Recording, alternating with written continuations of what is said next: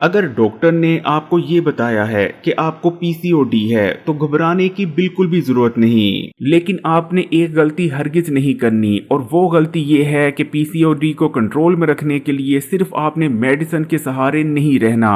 क्योंकि पीसीओडी के होने की बहुत सारी वजूहात होती हैं, जिनमें हमारा अनहेल्दी लाइफस्टाइल आ जाता है, स्ट्रेस आ जाती है। इसी तरह अगर जिस्म में चर्बी का तनासुब ज्यादा हो जाता है तो ये भी पीसीओडी के होने की एक वजह बन सकती है। लेकिन पीसीओडी की सबसे बड़ी वजह हमारी अनहेल्दी और गैर मियारी खुराक यानी डाइट होती है। इसलिए आज आपको 9 ऐसी ग़िज़ाओं का बताएंगे जिन्हें आपने पीसीओडी में अवॉइड करना है। इन 9 ग़िज़ाओं में से कुछ का इस्तेमाल आपने मुकम्मल तौर पर बंद कर देना है, जबकि कुछ को आपने लिमिट करना है, यानी थोड़ी मिकदार में उनका इस्तेमाल किया जा सकता है। और ऐसा करते ही आप देखेंगे कि आपके पीसीओडी के सिम्टम्स में कमी आने लग जाएगी। जैसा कि अगर पीसीओडी की वजह से आपके चेहरे और जिस्म पर गैर जरूरी बाल बहुत ज्यादा आ रहे थे तो उनका आना बंद हो जाएगा। इसी तरह अगर आपको स्किन प्रॉब्लम्स का सामना था, जैसे कि एक्नी और पिंपल वगैरह, तो आपकी स्किन बिल्कुल क्लियर हो जाएगी, स्किन प्रॉब्लम्स का खात्मा हो जाएगा। इसी तरह पीसीओडी की वजह से अगर आपका वजन बढ़ रहा था तो वजन का बढ़ना रुक जाएगा और कम होने लगेगा।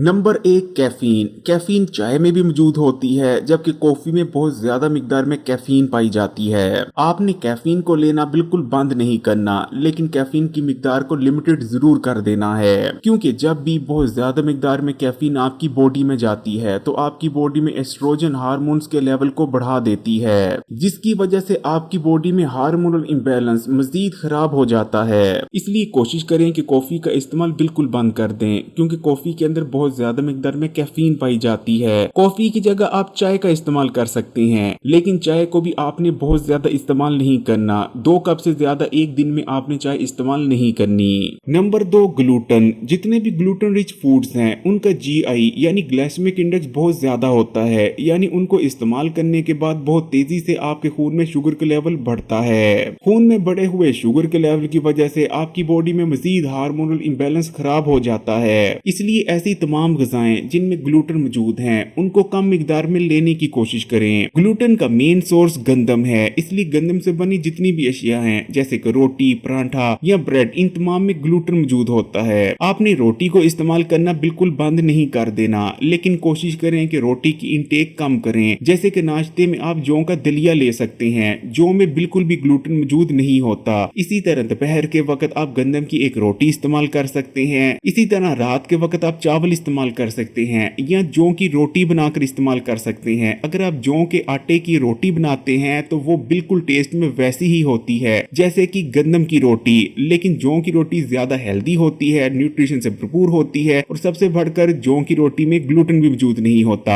आप घर पर आसानी से कैसे जौ की रोटी तैयार कर सकते हैं, इस चैनल पर एक वीडियो मौजूद है जिसका लिंक आपको डिस्क्रिप्शन में मिल जाएगा। इस वीडियो को देखने के बाद उस वीडियो को भी जरूर देखिएगा। Number 3, fruit juices. फल हेल्दी होते हैं और पीसीओडी के दौरान भी आपको फलों का इस्तेमाल जरूर करना चाहिए, क्योंकि फलों के अंदर भरपूर मिकदार में vitamin, minerals, plant compounds, antioxidants और फाइबर पाया जाता है। लेकिन जब आप इन्हीं फलों का जूस निकालते हैं तो फलों में जो जितना भी फाइबर होता है वो तमाम फिल्टर हो जाता है, और इसी तरह फलों में बहुत कम मिकदार में विटामिन और मिनरल्स बचते हैं। क्योंकि फ्रूट जूस में फाइबर मौजूद नहीं होता, यही वजह है कि फ्रूट जूस इस्तेमाल करने से एकदम से आपके खून में शुगर का लेवल बढ़ता है, जिसकी वजह से बॉडी में मजीद हार्मोनल इम्बैलेंस पैदा होने लगता है। इसलिए फलों का इस्तेमाल जरूर करें, लेकिन फ्रूट जूस को आपने बिल्कुल इस्तेमाल नहीं करना, क्योंकि फ्रूट जूस का इस्तेमाल ना सिर्फ बॉडी में हार्मोनल इम्बैलेंस को बढ़ाएगा बल्कि बॉडी में इन्फ्लेमेशन को भी बढ़ाता है, जिस वजह से पीसीओडी के सिम्टम्स बहुत ज्यादा शदीद हो सकते हैं। नंबर 3, तली हुई अशिया।